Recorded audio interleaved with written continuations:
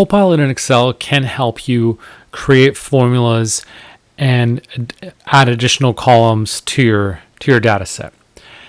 Here we've got sales broken down by product, by salesperson, and let's say I want to add an amount for taxes. So I've got our quantity, price, total sales, but I don't want to have taxes and the total amount after taxes.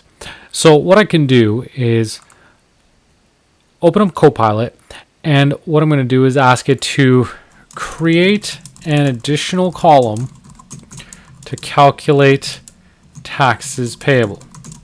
Assume an 8% tax rate.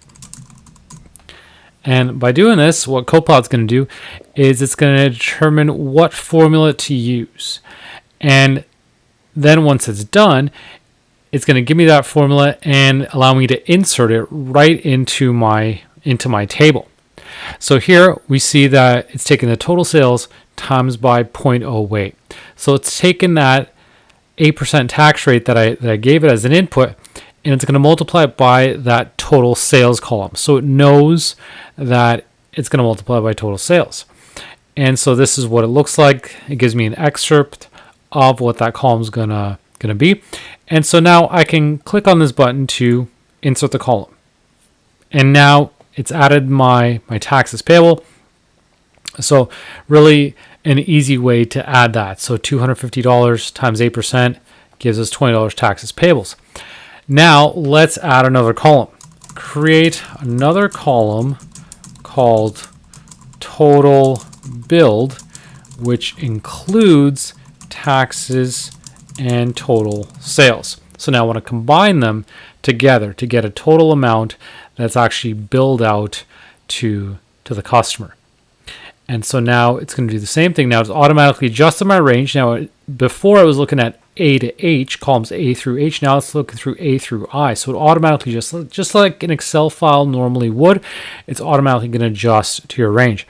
And so now it's grabbing that total sales and that taxes payable column. So it knows exactly how to reference these in a way to do the calculation. And here it gives me a preview to make sure that that looks correct. So row 2, it tells me it's 270. So I can see that it's taking 250 plus the $20, adding it to make 270. Row 3 is 405, so 375 plus 30. So that looks correct. So now what I'm going to do is say, okay, let's insert this column. Click on that. And now I've got my total amount billed. So as you can see, it's really easy to make these changes with Copilot. So even if you're not sure what formula to use, this can be a really effective way to add it.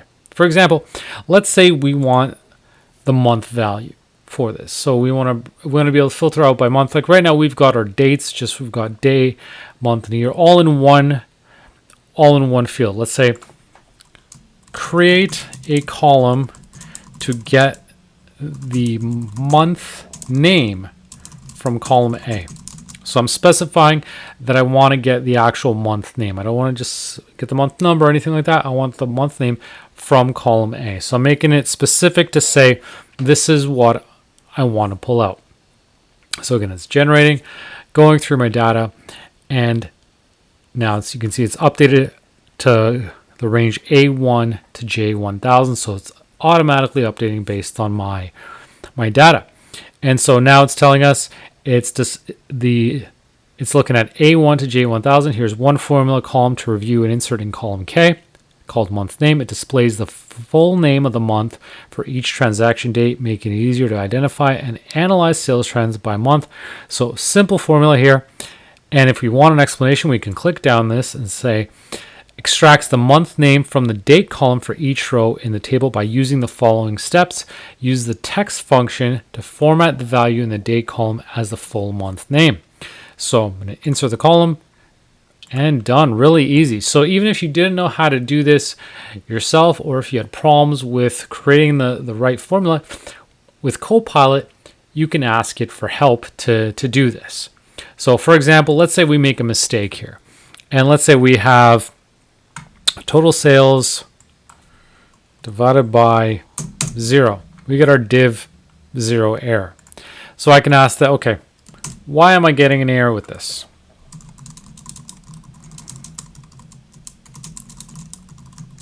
in the total build field. So it's going to go through and look at this and analyze my data set to see what is the issue. So let's see how Copilot fixes this. So I've given it both the field range and I've given it the formula that's in there. So let's see what it's telling us. So it's telling us I'm getting the error because the formula is attempting to divide the value by 0. Division by 0 is undefined, and so it gives me that div 0 error. To avoid this, you should avoid dividing by 0 by using a different divisor. Here's an example of how you'd modify the formula. So it suggests adding an if statement to say, okay, if 0 is equal to 0, then we get an error message saying cannot divide by 0. Otherwise, we get our total sales divided by that. So it says replace some non-zero value with the actual value or cell reference you intend to use as a divisor.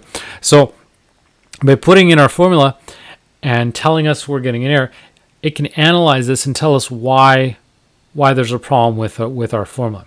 So I'm going to do Control Z to undo that and get our calculations back. But as you can see, with Copilot in Excel, it's really easy to determine what the right formula should be to use, and it's also possible for it to help you review your formulas, to spot any sort of errors and understand why you're getting those errors.